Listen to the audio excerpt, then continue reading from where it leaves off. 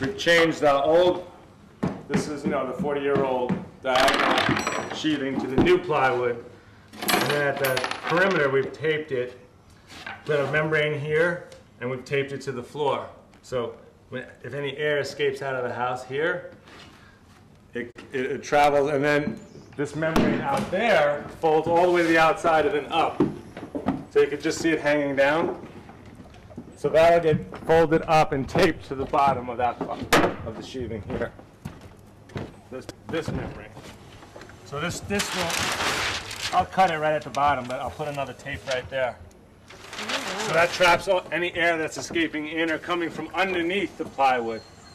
And then this tape here, all the horizontal and vertical seams of the plywood, traps all the air inside and prevents it from coming in. These are the details of a passive house.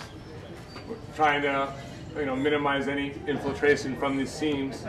Eventually there'll be a membrane or a plywood that gets connected to this. Here's another membrane that connects to the outside, and then it will fold back up with tape. We didn't frame any of the walls. That's because it's a passive house. And first we have to make everything airtight above us, and then we're going to frame all the walls.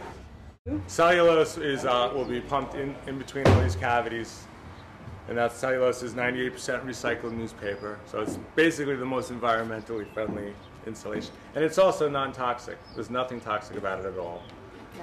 So here we have a 5-inch foam board. It is light. This will be applied directly over the sheathing.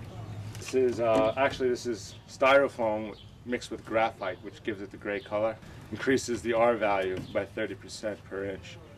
So you actually end up using less styrofoam, which is nice. The entire exterior shell will be wrapped in this foam. Okay. On the vertical walls, and then also on the top of the roof sheathing, it will also have 1.5 inches of the very same material.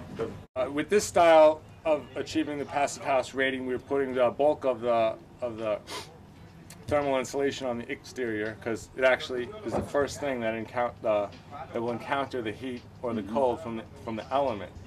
So the plywood will never encounter the full force of the sun or freezing, driving wind. It's always going to hit this first. Right, and bounce off. Right, and so 90% of your thermal break happens right here. We want air to be able to pass through here. A lot of the foams that you see have higher R value per inch, except no air can pass through them. So if any moisture gets trapped behind it, it can cause the house to rot out and form mold.